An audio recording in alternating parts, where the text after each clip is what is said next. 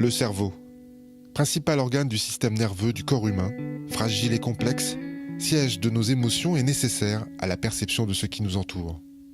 Aujourd'hui, on dénombre plus de 150 000 accidents vasculaires cérébraux chaque année, soit une personne atteinte toutes les 4 minutes. L'AVC tue plus de 30 000 personnes par an en France. Il est la première cause de handicap acquis de l'adulte. Parmi les séquelles, l'hémiplégie est la plus visible de l'extérieur, mais l'aphasie diminue ou empêche toute communication. Elle peut couper ou exclure certaines personnes de la société. Pour réapprendre à parler ou à communiquer, les thérapies sont nombreuses. C'est le travail de l'orthophoniste. Parmi eux, Philippe Van Eekhout exerce depuis 1978 une thérapie venue du continent américain, basée sur la mélodie et le rythme pour récupérer le langage. C'est la TMR, la thérapie mélodique et rythmée. L'aphasie, c'est la perte du langage.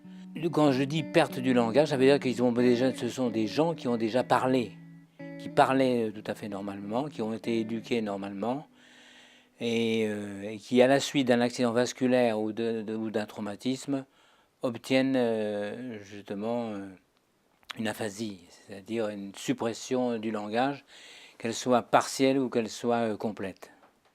La plupart du temps, les gens sont atteints d'aphasie. Quand ils sont atteints d'aphasie, ce sont des droitiers. Quand ce sont des droitiers, il est certain que l'hémisphère gauche n'est pas touché, et donc les capacités de l'hémisphère gauche sont là. Et ce sont ces capacités que l'on réveille à l'heure actuelle, et que l'orthophoniste réveille aussi à l'heure actuelle. C'est-à-dire que dans l'hémisphère gauche, il y a, et c'est bon à rappeler, que dans l'hémisphère gauche se trouve la personnalité du patient. Sa personnalité se trouve dans l'hémisphère gauche. C'est pour ça que tous ces gens doivent être pris sérieusement. Ils sont tout à fait capables d'avoir une pensée tout à fait normale. Se trouve aussi dans l'hémisphère gauche la mélodie.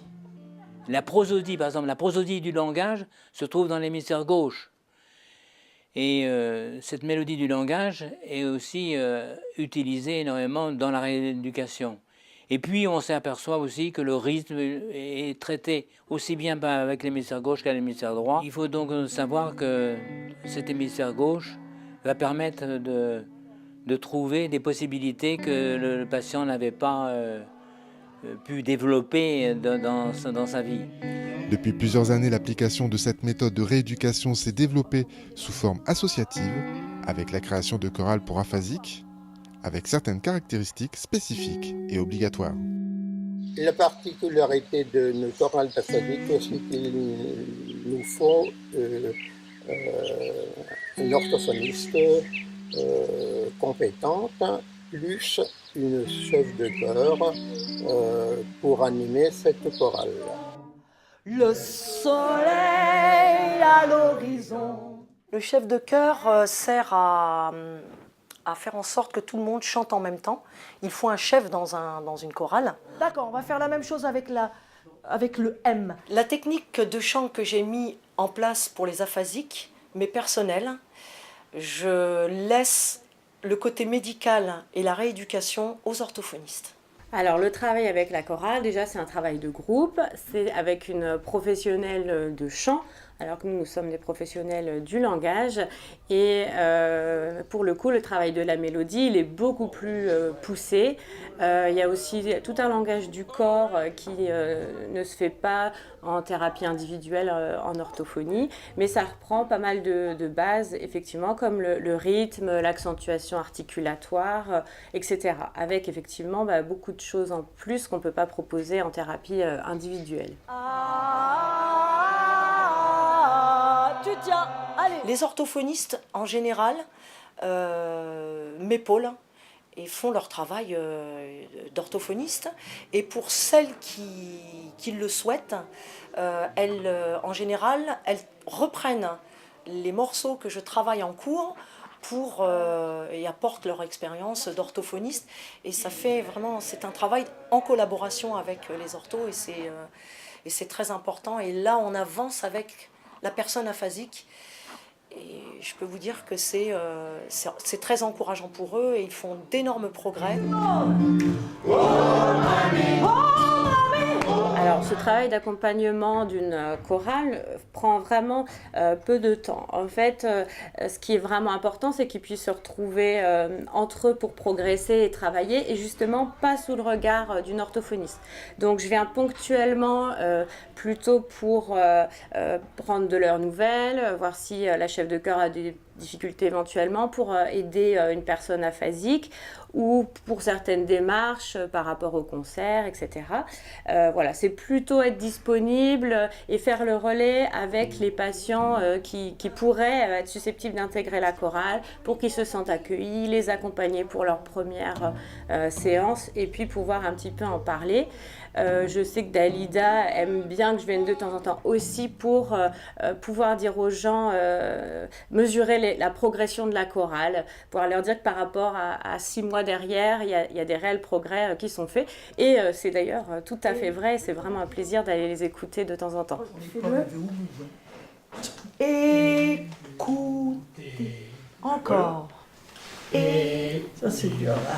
Ensuite, ce qui est important dans mon travail, c'est la respiration, l'articulation et la projection de la voix. Le rythme et surtout la concentration qui est importante pour quelqu'un qui est aphasique. Et tout ce travail-là amène à un aphasique, en tout cas en ce qui concerne mon travail de musicienne, ça leur permet de chanter et de parler surtout avec beaucoup plus de fluidité. C'est ce que j'ai pu remarquer en 9 ans d'expérience. Souffle, respire. Le vent t'empêche. Alors, l'amélioration sur le langage qu'on peut constater, elle se situe à plusieurs niveaux. Déjà au niveau du rythme du langage, le travail de la chorale permet vraiment un meilleur rythme dans la parole, et une parole qui du coup va être plus naturelle, plus fluide, parfois aussi plus précise. Le travail d'accentuation articulatoire qu'accompagne la chef de chœur avec des gestes qui aident à avoir le bon positionnement articulatoire permet aussi une amélioration directe sur le langage. D'un point de vue aussi de la communication, pour les patients qui sont très touchés et qui sont très loin du langage, ce qui est travaillé permet aussi un respect des tours de parole, savoir canaliser le langage, à quel moment on parle, à quel moment on se tait pour écouter. Tremble. Et rien que ce travail de base, ça restaure un début de communication pour les personnes qui en sont vraiment très éloignées. Et puis il y a aussi tout l'aspect du langage corporel, tout l'aspect aussi social, de retrouver des personnes qui ont le même parcours et le même vécu qu'on ne peut pas forcément appréhender quand on est orthophoniste. Peu importe la compétence du chef de chœur, l'essentiel, c'est qu'il y a un chef de chœur. Ça, c'est obligatoire qu'il y ait un chef de chœur, et puis il y a une orthophoniste aussi. Et ça, c'est important. Peu importe la compétence de chacun, l'essentiel, c'est que ça fonctionne.